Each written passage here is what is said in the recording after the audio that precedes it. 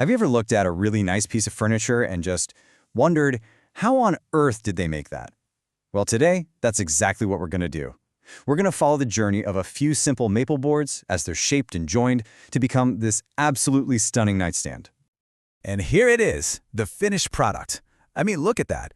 What's so cool about this isn't just that it's a beautiful design, it's the little details, right?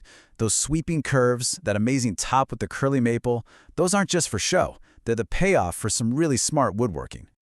So yeah, it looks a little intimidating, but what if I told you the whole thing just breaks down into a series of totally doable steps? We're about to pull back the curtain on the whole process, from the first sketch to the final polish. So where do you even start with something like this? It all starts long before you ever pick up a saw. Every great project, especially in woodworking, starts with a rock-solid plan. You gotta build it on paper before you build it with wood.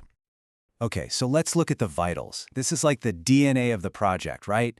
The size, the materials, solid maple where you can see it, tough plywood for the parts you can't, and check out the joinery. It's not just nails and glue. We're talking biscuits for strength, a dado for the back. These are the kinds of details that make furniture last. So, the big question, how much time are we talking? The plans say about 10 to 15 hours. That's a solid weekend, for sure.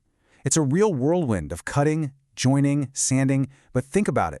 One weekend for a piece of furniture that'll outlast pretty much everything else in the room. And here's what you'll need to pull it off. On the left, you've got the tools. You'll notice there's no crazy, giant industrial machinery here. This is all stuff you could have in a home workshop. And on the right, the shopping list. It's pretty straightforward. Good quality maple, some plywood. The plans lay it all out, so there's no guesswork.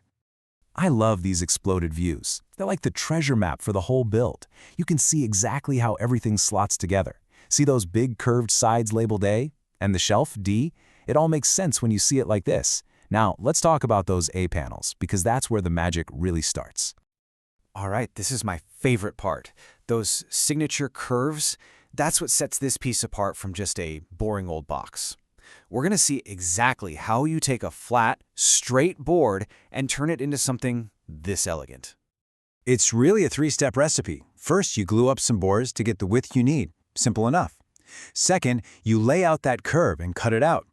And third, you cut the groove. That's the dado that's going to hold the back panel in place. That's it.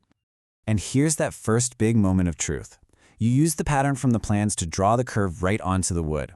Then you grab a jigsaw or bandsaw and just carefully follow that line.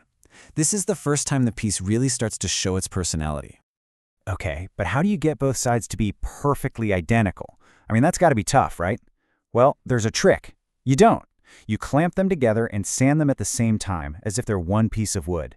It's called gang sanding, and it's a super clever way to guarantee they're perfect mirror images of each other. Next up, we need that groove for the back panel. So you take a router, clamp down a straight edge to act as a guide, and just plow out a shallow channel right down the inside of each panel. This little groove, this dado, is what makes the back fit in so cleanly and strongly later on. Okay, so the fancy curved sides are done. Now it's time to build the box itself, what woodworkers call the carcass. This is where it goes from being a pile of parts to, hey, that's starting to look like a nightstand. Putting it all together is like a carefully choreographed dance. You've got the bottom, the shelf, the top supports. They all get attached to those sides. But for extra strength, you cut these little hidden slots and glue in these football-shaped bits of wood called biscuits. They work like internal tendons, making the joints super strong. Then you clamp it all up, and that back panel just slides right into those grooves we cut earlier. So satisfying. Now, what about the drawer? The box itself is pretty simple, just some plywood. But the clever part is the front. See, it's a separate piece of solid maple that gets attached to the front of the box. This gives you the look of a heavy, solid maple drawer, but it's actually way more efficient and stable. Smart, right?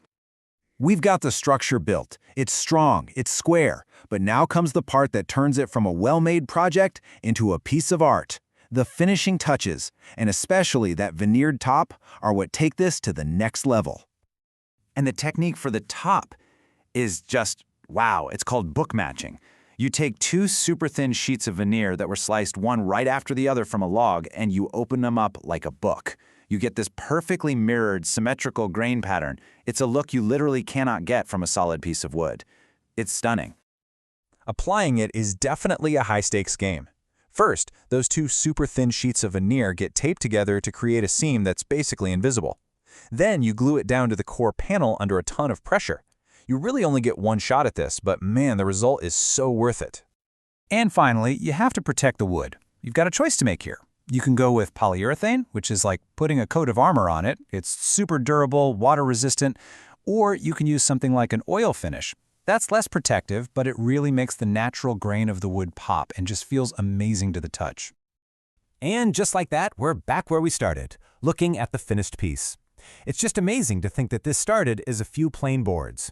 It really shows you what a good plan and some careful work can create, something that's not just useful, but genuinely beautiful. So we've seen the whole journey, from raw lumber to a refined piece of furniture. There's no magic to it, really. It's just a series of steps, one after the other. It kind of proves that creating something beautiful and lasting is totally within reach. So the only real question left is, what are you going to create?